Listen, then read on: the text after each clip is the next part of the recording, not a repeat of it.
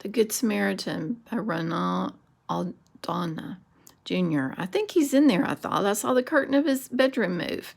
Only a little, yes, but they moved. Yesterday, Orly told me, come over tomorrow afternoon. We'll hang out by the pool.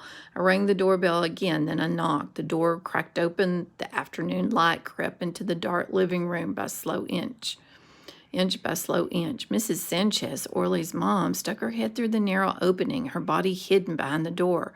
Hi, Ray. How can I help you? Oh, Mrs. Sanchez, does Orlando here? I tried looking past her, but only saw a few pictures of the Sanchez family, all dressed up fancy and smiling, standing in front of a gray marble background. No, he's not. He went with his father to mission. Oh, because Orlando said he would be here and told us to come over. He won't be back until later tonight, she said. You can come by tomorrow and see if he's here. You know how it is in the summer. He and his dad are always doing work here and there. Come back tomorrow, but call first. It's just that he said we could come by and swim in your pool, Deja. Tomorrow, come over. I will be here. We'll go swimming.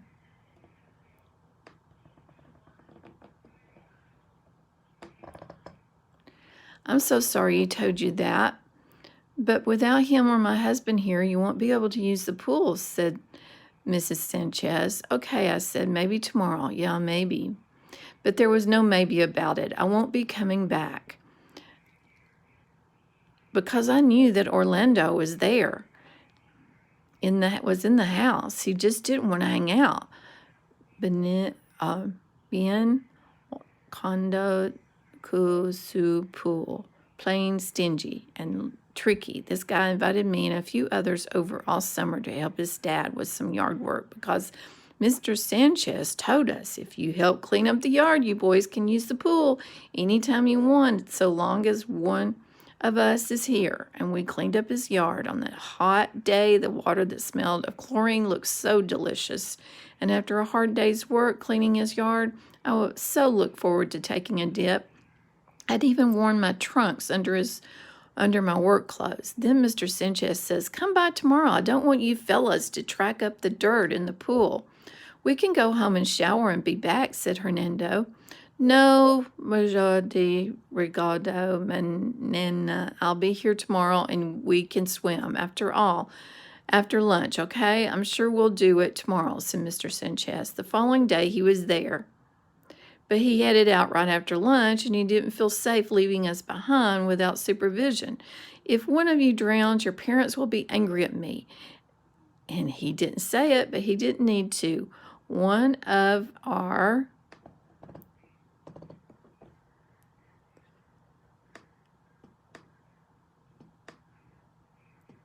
parents could sue him, and he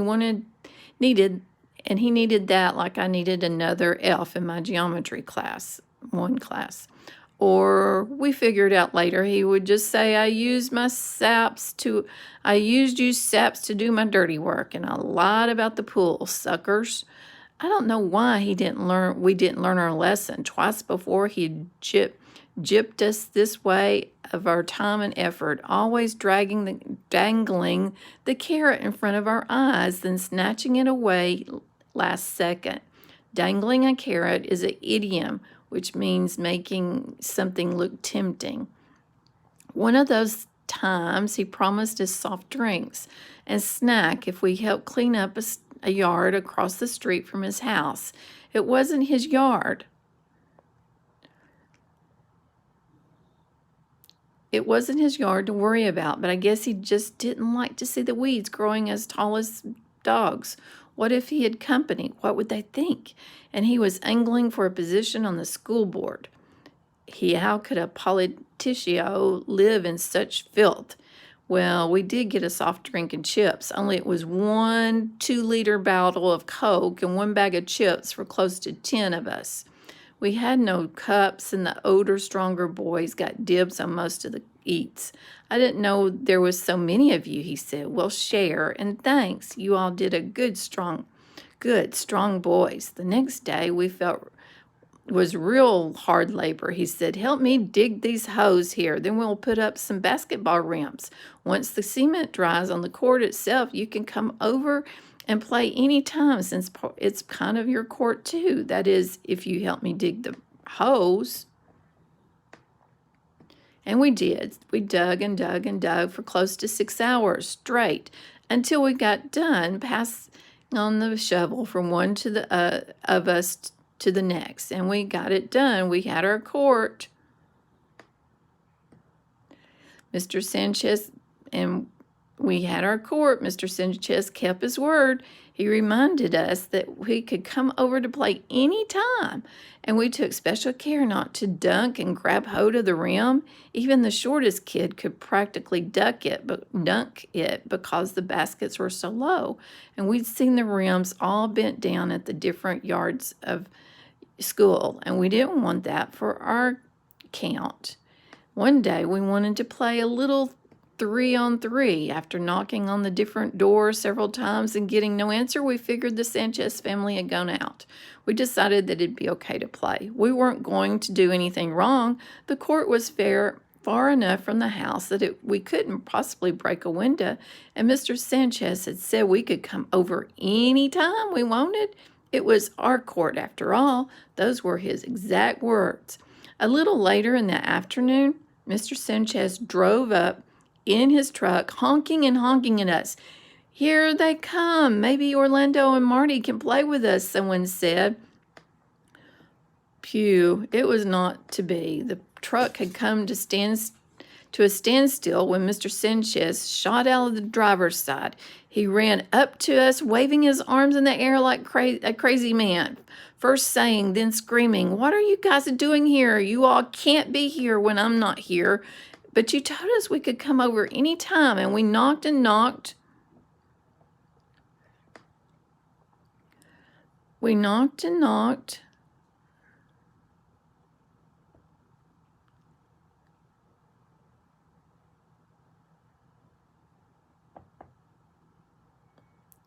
And we were being real careful with the rim.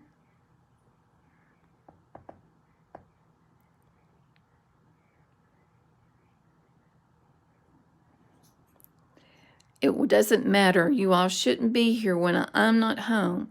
What if you'd broke something?" he said.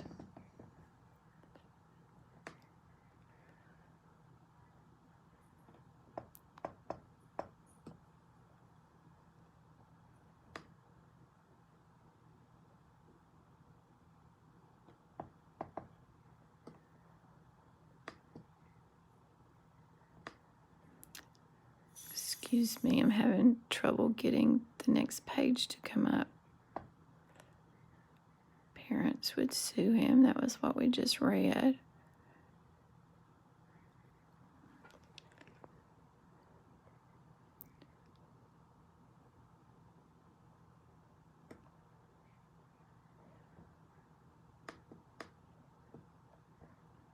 "But we didn't," I said.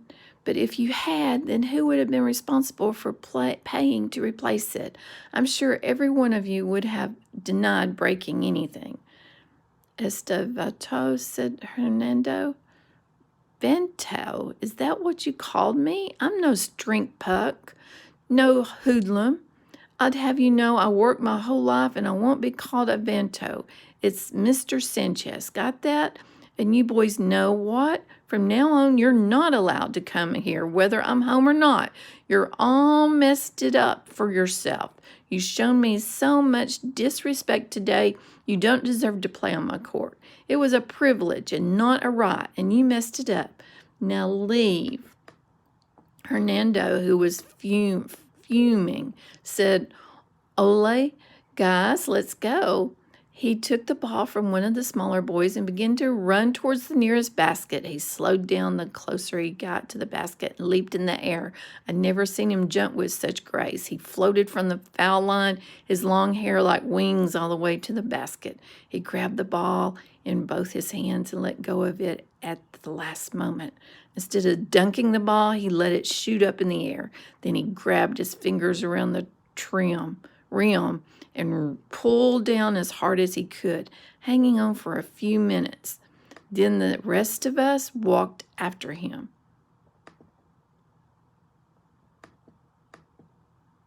Dejected. He hadn't bent the rim even a millimeter. Eventually, Orly talked us into going back when his dad wasn't home. His baby brother Marty was small and slow, and old Orly wanted some competition on the court. Today was it for me, though. I'd made up my mind never to go back to the Sanchez's. I walked up to the little store for a Fanta orange. That was a great popsicle, would cool me down. I sat on the bench outside, finished off my drink, returned the bottle for my nickel refund, and headed home. As soon as I walked through our front door, my mother said, "Mijo, you need to go pick up your brother at summer school. He missed the bus." Again? He probably missed it on purpose. He's always walking over to Leo's grocery to talk to his little girlfriends. Then he calls when he needs a ride. I turns to the bedroom. "Come back here," she said, so I turned and took a seat at the table. "Have you forgotten the times we had to go pick you up? Your brother always went with us, no matter what time it was." "Yeah, but I was doing school stuff, football, band. He's in summer school, just piddling his time away." She looked at me as she brushed wet away from her face with the back of her hand and said, "Just go pick him up and hurry home. On the way back, stop at Circle 7 and buy some tortillas. There's money on the table." I shook my head in disgust.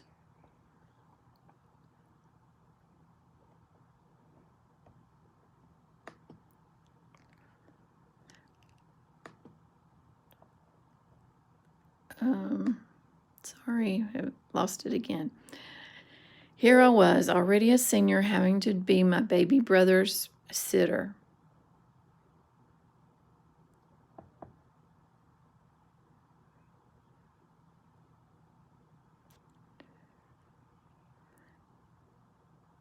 Chauffeur, I should say. I'd driven halfway to Leo's grocery when I saw Mr.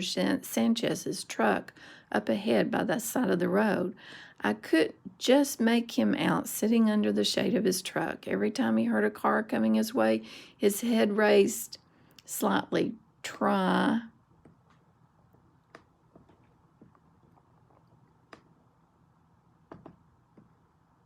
to catch the driver's attention by staring at him. Then he hung his head again when the car didn't stop. I slowed down as I approached. Could he tell it was me driving? When he looked up at my car, I would swear he almost smiled, thinking he had been saved. He had been leaning his head between his bent knees, and I could tell he was tired. His white shirt stuck to him because of all the sweat. His sock in one leg was bunched up as his ankle, like a carnation. He had the whitest legs I'd ever seen on a Mexican, whiter than even my dad's. I kept on looking straight. That is, I made like I was looking ahead. Not a care in the world, but out of the corner of my eye, I saw that he had a flat tire, that he'd gotten two of his lugs nuts off, but he hadn't gotten to the others. There was a crowbar lay half on his other foot and half on the ground beside him, and his hair was matted by the sweat of his forehead. I knew his look. I probably looked like that digging those holes for his basketball court, cleaning up his yard and the one across the street from his house. I wondered if he could use a cold 2-liter Coke right now, if he was dreaming of taking a dip in his pool. I drove on. No way was I going to help him out again. Let him do his own dirty work for once. He could stay out there and melt in his heat for all I care. And besides, someone else would stop, I thought. Someone who wouldn't know him like I do. And I knew that. When Mr. Sanchez got home, he'd stop at my house on his walk towards the burial. My dad would be watering the plants, his evening ritual to relax from a hard day's at work. And Mr. Sanchez would mention in passing that I had probably not seen him by the side of the road, so I hadn't stopped to help him out. "Kids today," he would say to my dad,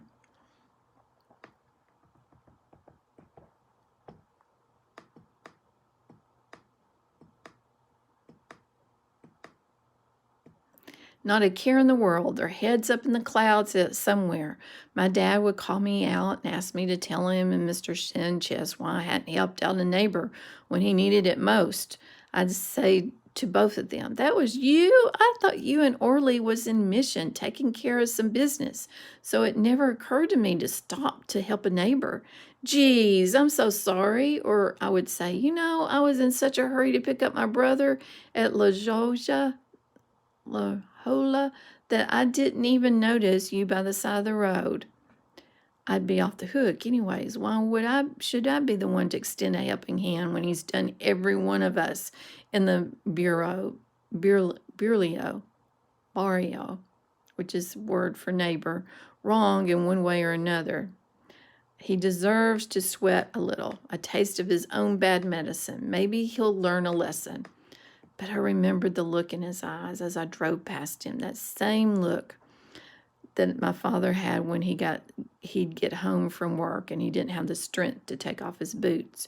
My father always looked like he'd been working for centuries without any rest. He'd sit there in front of the television on his favorite green vinyl sofa chair and stare at whatever was on TV. He'd sit there for an hour before he would move, before he could eat his supper and take his shower.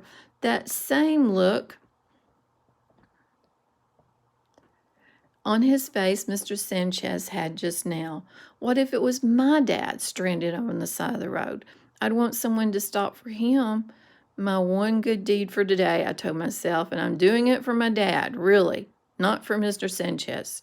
I made a U-turn, drove back to where he was sitting, and turned around again and pulled up behind him.